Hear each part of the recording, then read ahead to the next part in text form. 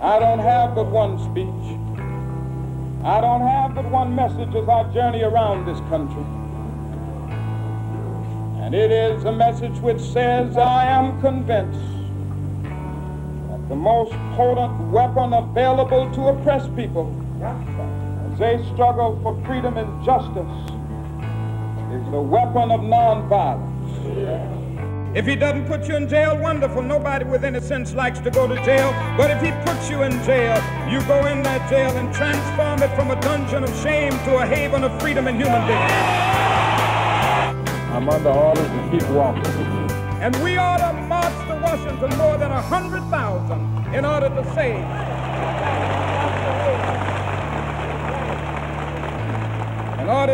that we are determined.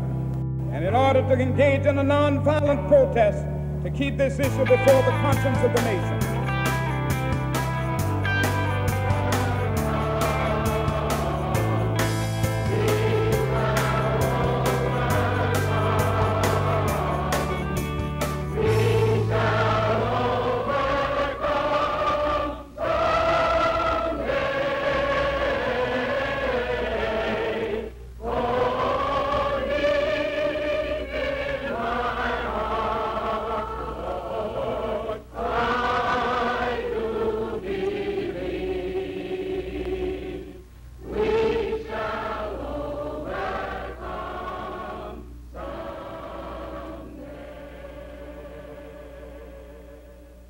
At this time, I have the honor to present to you the moral leader of our nation. I have the pleasure to present to you Dr. Martin Luther King, Jr.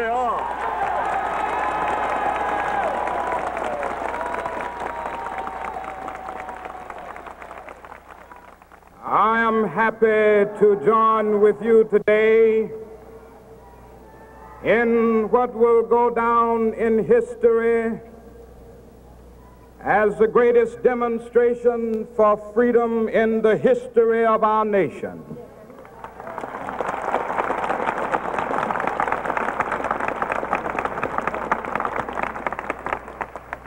Five score years ago, a great American in whose symbolic shadow we stand today signed the Emancipation Proclamation. This momentous decree came as a great beacon light of hope to millions of Negro slaves who had been seared in the flames of withering injustice. It came as a joyous daybreak to end the long night of their captivity. But 100 years later, the Negro still is not free. 100 years later, the life of the Negro is still sadly crippled by the manacles of segregation and the chains of discrimination. 100 years later, the Negro lives on a lonely island of poverty in the midst of a vast ocean of material prosperity. 100 years later, the Negro is still languished in the corners of American society and finds himself in exile in his own land. And so we've come here today to dramatize a shameful condition. In a sense, we've come to our nation's capital to cash a check. When the architects of our republic wrote the magnificent words of the Constitution and the Declaration of Independence, they were signing a promissory note to which every American was to fall heir. This note was a promise that all men, yes, black men as well as white men, would be guaranteed the unalienable rights of life, liberty, and the pursuit of happiness. It is obvious today that America has defaulted on this promissory note insofar as her citizens of color are concerned. Instead of honoring this sacred obligation, America has given the Negro people a bad check, a check which has come back marked insufficient funds.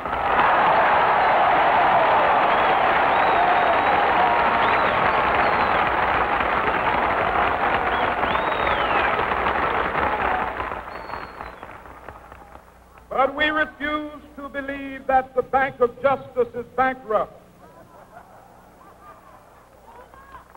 We refuse to believe that there are insufficient funds in the great vaults of opportunity of this nation. So we've come to cash this check, a check that will give us upon demand the riches of freedom and the security of justice.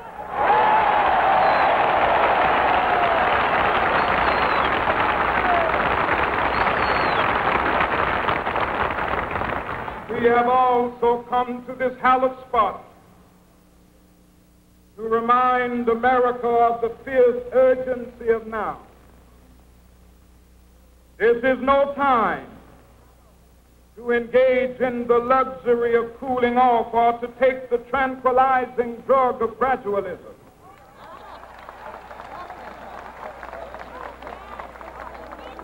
Now is the time to make real the promises of democracy. Now is the time to rise from the dark and desolate valley of segregation to the sunlit path of racial justice. Now is the time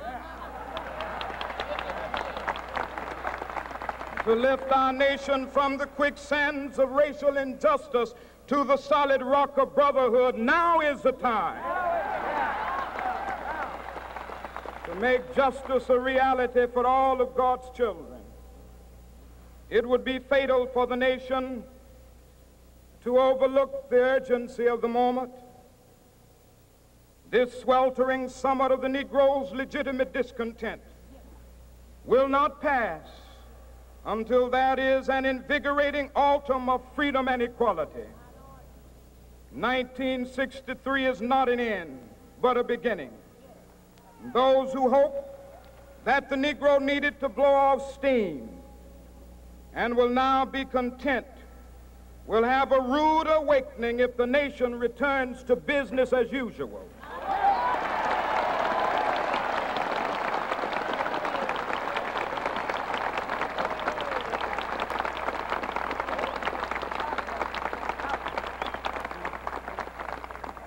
There will be neither rest nor tranquility in America until the Negro is granted his citizenship rights. The whirlwinds of revolt will continue to shake the foundations of our nation until the bright day of justice emerges. But that is something that I must say to my people who stand on the warm threshold which leads into the palace of justice. In the process of gaining our rightful place, we must not be guilty of wrongful deeds. Let us not seek to satisfy our thirst for freedom by drinking from the cup of bitterness and hatred.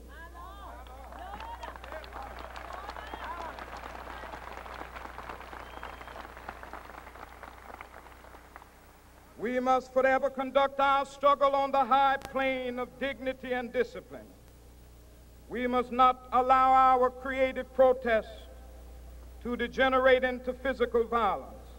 Again and again, we must rise to the majestic heights of meeting physical force with soul force. The marvelous new militancy which has engulfed the Negro community must not lead us to a distrust of all white people. For many of our white brothers, as evidenced by their presence here today, have come to realize that their destiny is tied up with our destiny.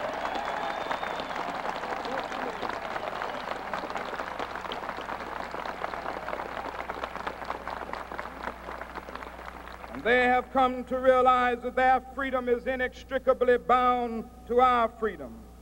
We cannot walk alone. And as we walk, we must make the pledge that we shall always march ahead. We cannot turn back.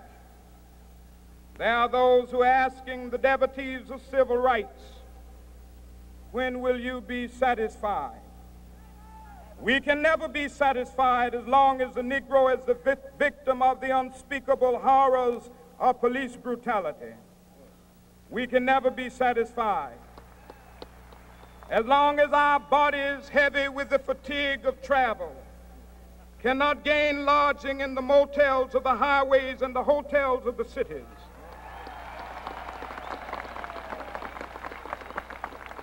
We cannot be satisfied as long as the Negro's basic mobility is from a smaller ghetto to a larger one.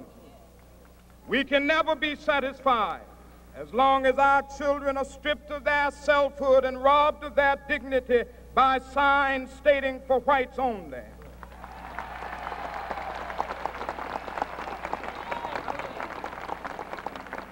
We cannot be satisfied as long as a Negro in Mississippi cannot vote and a Negro in New York believes he has nothing for which to vote.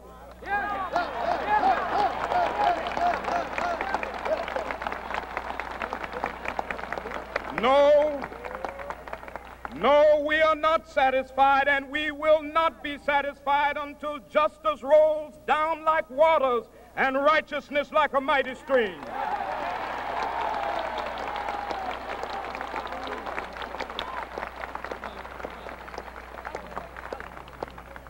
I am not unmindful that some of you have come here out of great trials and tribulations. Some of you have come fresh from narrow jail cells.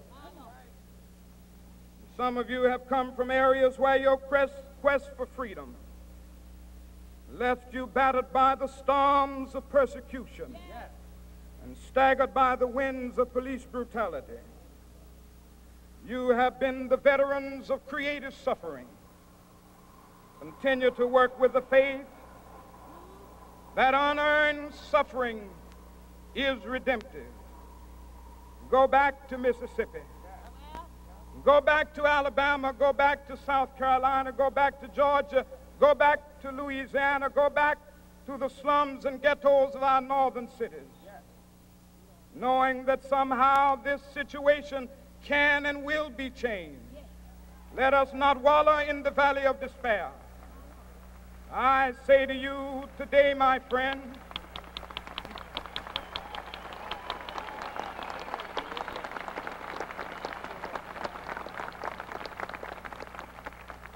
so even though we face the difficulties of today and tomorrow, I still have a dream.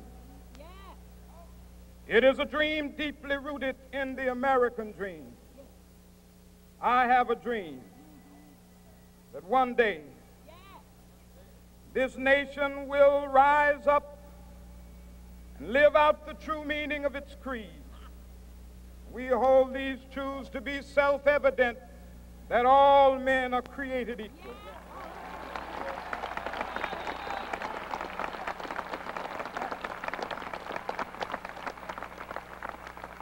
I have a dream that one day on the red hills of Georgia, the sons of former slaves and the sons of former slave owners will be able to sit down together at the table of brotherhood. I have a dream that one day,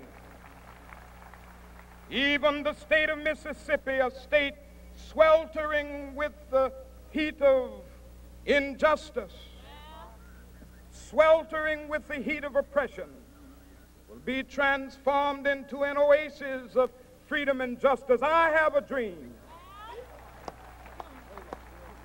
that my 4 little children will one day live in a nation where they will not be judged by the color of their skin, but by the content of their character. I have a dream today.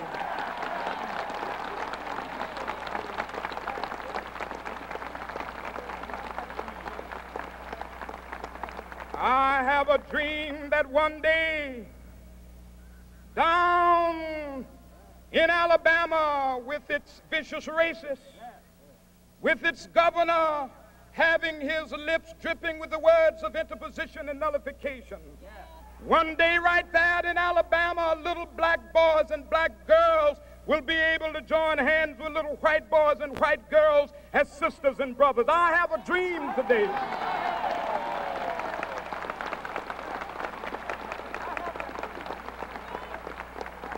I have a dream that one day every valley shall be exalted, and every hill and mountain shall be made low. The rough places will be made plain, and the crooked places will be made straight, and the glory of the Lord shall be revealed, and all flesh shall see it together.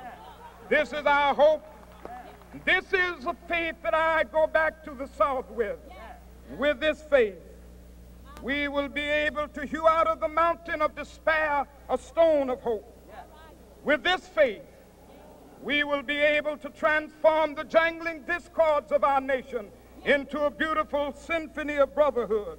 With this faith, we will be able to work together, to pray together, to struggle together, to go to jail together, to stand up for freedom together, knowing that we will be free one day. This will be the day. This will be the day when all of God's children will be able to sing with new meaning, "My country, tears of thee. Sweet land of liberty, of thee I sing. Land where my fathers died, land of the pilgrim's pride. From every mountainside, let freedom ring. And if America is to be a great nation, this must become true. And so let freedom ring. From the prodigious hilltops of New Hampshire, let freedom ring. From the mighty mountains of New York, let freedom ring. From the heightening Alleghenies of Pennsylvania, let freedom ring. From the snow-capped Rockies of Colorado, let freedom ring. From the curvaceous slopes of California. But not only that, let freedom ring from Stone Mountain of Georgia. Let freedom ring from Lookout Mountain of Tennessee. Let freedom ring from every hill and molehill of Mississippi, from every mountainside. Let freedom ring. And when this happens, and when we allow freedom ring, when we let it ring from every village and every hamlet, from every state and every city, we will be able to speed up that day when all of God's children, black men and white men, Jews and Gentiles, Protestants and Catholics, will be able to join hands and sing in the words of the old Negro spiritual, "Free at last, free at last. Thank God Almighty, we are free at last."